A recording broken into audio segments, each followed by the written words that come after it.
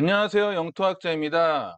어제 미 연준이 FOMC 회의에서 또다시 기준금리를 자이언트 스텝 0.75%포인트 인상하면서 미국의 기준금리가 현재 3.75에서 4%가 되었습니다. 자, 중요한 건 기준금리 인상 이후에 미 연준 의장인 제롬 파월의 기자회견이 있었는데요.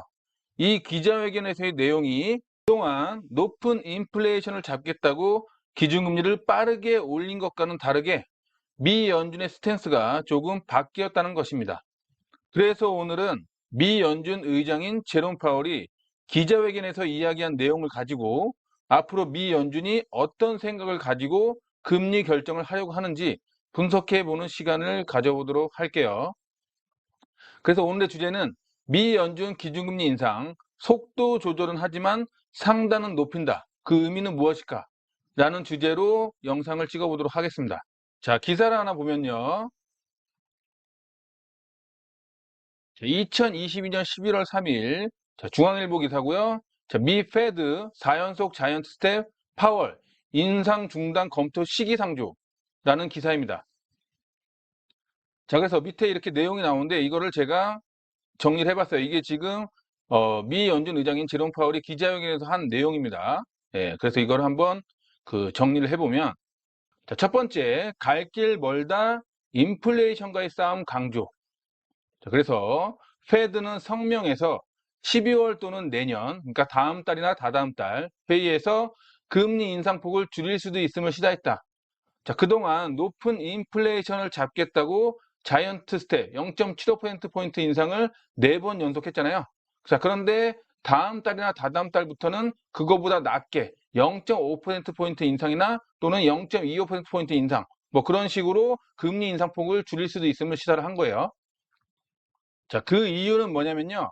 향후 금리 인상 속도를 결정할 때 그간 긴축 통화 정책에 누적된 효과와 이게 무슨 말이냐면 자, 먼저 기준금리를 높은 인플레이션을 잡겠다고 자이언트 스텝으로 4번 연속 인상을 먼저 했잖아요. 근데 그 효과는 시차를 두고 나중에 나타난다는 얘기입니다.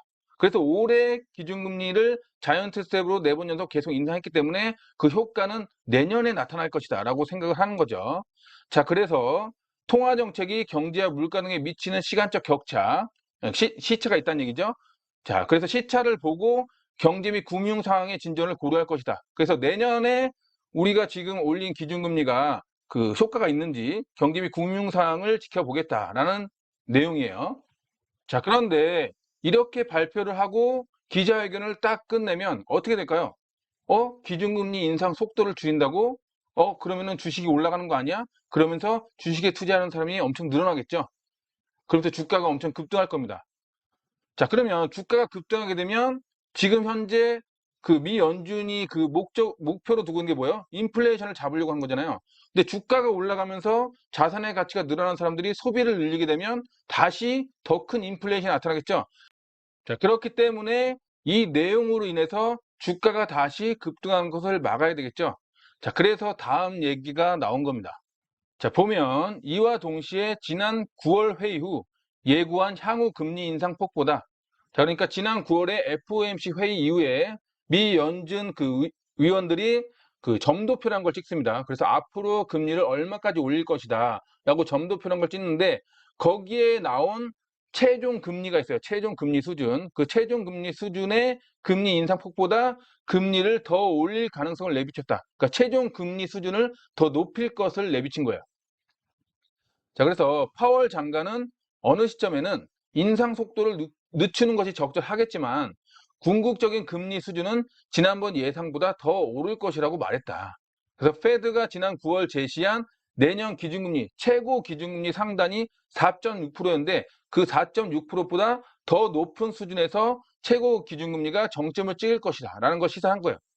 자, 그래서 자, 정리를 하면 기준금리 속도는 줄이겠지만 0.75%포인트 인상이 아닌 0.5나 0.25%포인트 인상 뭐 그런 식으로 속도는 줄이겠지만 최종 기준금리 그러니까 금리는 앞으로 계속 올라갈 거 아니에요. 그래서 최종 기준금리는 4.6%보다 더 높은 수준에서 마무리가 될 것이다 라고 얘기를 한 거예요.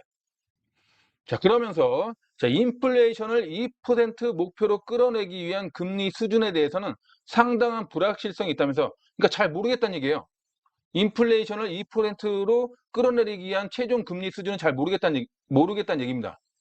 자, 그러니까 최종 금리는 얼마까지 갈지 모른다라고 불확실성으로 놔둔 거예요. 그럼 시장에서는 어떻게 생각하겠어요? 최종 금리는 그럼 도대체 얼마까지 올라간다는 얘기야? 결국엔 뭐예요? 인플레이션이 잡힐 때까지 최종 금리는 올라갈 것이다 라고 미 연준에서 얘기를 한 거죠. 자, 그러면서 우리는 아직 갈 길이 멀다. 자, 이거 보고 시장에서 어떻게 반응했을까요? 최종 금리가 4.6%보다 조금 더 올라가는 게 아니라 더 올라갈 수도 있겠구나라고 생각을 할 수가 있겠죠. 자, 그런 이유로 금리 인상 중단을 검토하기에는 매우 시기상조라고 강조했다. 자, 무슨 말이에요? 지금 인플레이션을 2%까지 잡으려면 그 최종 금리를 계속 올려야 되는 그런 상황이다. 그런데 벌써 금리 인상을 중단한다고? 자, 그런 생각은 전혀 하고 있지 않다. 매우 시기상조다라고 얘기를 한 겁니다.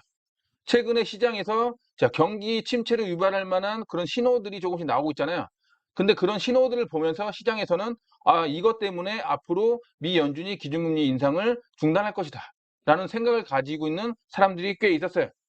자, 근데 그런 사람들한테 경고를 날린 겁니다. 자, 다음 파월 의장은 인플레이션이 내려가고 있다는 느낌이 없다. 그러니까 지금 높은 인플레이션을 잡으려고 자, 기준금리를 지금 빠르게 올렸는데도 인플레이션이 내려가고 있다는 느낌이 지금 없다는 거예요. 그래서 경제의 더 큰 위험은 충분히 긴축하지 않아 인플레이션을 통제하지 못하는 것이라며, 그러니까 지금 경기 침체 올 것이 두려워서 자, 긴축을 하지 않고 다시 완화 정책을 하게 되면 더 높은 인플레이션이 발생하면서 그 이후에 더 큰 고통이 따를 것이다 라고 얘기를 하는 거예요. 자, 그러면서 자, 만약 조치가 과도했을 경우, 자, 그러니까 높은 인플레이션을 잡겠다고 기준금리를 계속 올렸는데 계속된 기준금리 인상으로 인해서 자, 인플레이션이 아닌 디플레이션, 그것도 연착륙이 아닌 경착륙으로 인한 디플레이션, 경기 침체가 왔을 경우 이를 되돌릴 수 있는 도구를 갖고 있다면서, 이게 무슨 말이에요? 기준금리를 그동안 많이 올려놨으니까 이제 그때 기준금리를 인하를 하면 된다는 얘기입니다. 하지만 지금은 그럴 때가 아니다. 인플레이션과 싸워야 된다라는 얘기를 하고 있는 겁니다. 그 다음에 경제 연착륙길 좁아졌다. 이게 무슨 말이에요?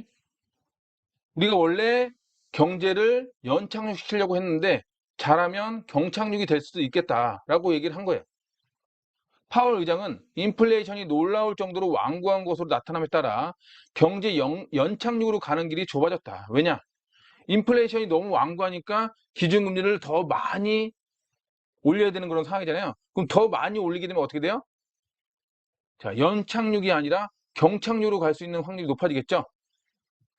자, 그렇기 때문에 자, 경제 연착륙으로 가는 길이 좁아졌다고 얘기를 한 겁니다. 이건 무슨 말이냐면 쉽게 얘기하면 자, 잘못하면 경기 침체를 유발할 만한 이벤트가 터지면서 경기가 경착륙하는, 예를 들면 예전에 IT 버블 또는 2008년도에 미국발 금융위기, 이런 위기를 유발할 만한 이벤트가 터지면서 경기가 연착륙이 아닌 경착륙으로 가는 그런 상황이 나타날 수도 있다라고 얘기를 하는 거예요. 파월 의장은 경제 연착륙으로 가는 길이 좁아졌느냐는 질문에 좁아졌느냐? 대답은 yes이다. 여전히 가능하냐? yes이다라고 말했다. 경기 침체를 불러오지 않는 수준에서 경제 성장을 둔화시켜 인플레이션을 통제하는 데 성공할 가능성이 과거보다 줄었다는 시각을 내비친 것이다.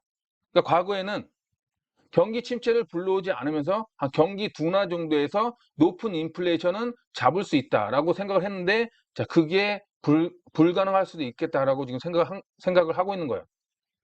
그죠? 자, NYT는 파월 의장이 이날 시장에 보낸 메시지는 과업을 완수하기 위한, 그러니까 높은 인플레이션을 잡기 위한 우리의 의지를 이해하기를 바란다는 것이 핵심이라고 짚었다. 자, 그러니까 무슨 말이에요? 여기서 의지는 무슨 말이에요? 경기가 연착륙이 아닌 경착륙으로 가더라도, 그러니까 과거에 IT 버블이 터졌거나 또는 금리가 터져서 경기가 경착륙되는 그런 상황이 오더라도 우리는 계속 인플레이션을 잡기 위해서 기준금리를 계속 인상하겠다라는 얘기입니다. 자, 그래서 자, 지금 말씀드린 걸 정리를 한번 해보면요. 자, 그동안 높은 인플레이션을 잡기 위해 빠르게, 그러니까 속도의 문제죠.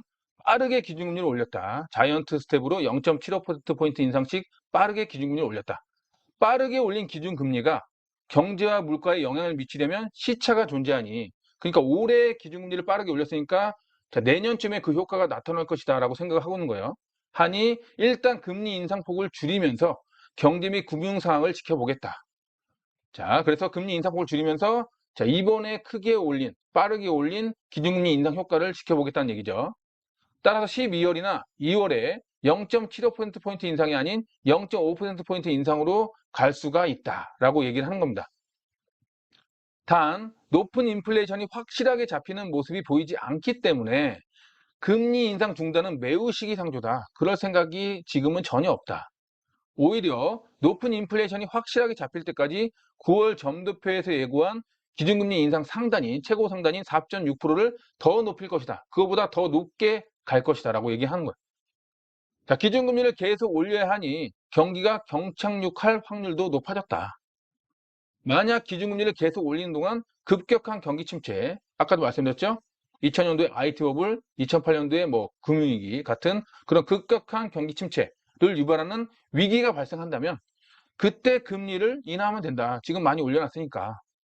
그러니 높은 인플레이션을 잡는 게 지금은 우선이고 그러기 위해서는 계속 기준금리를 인상할 것이다.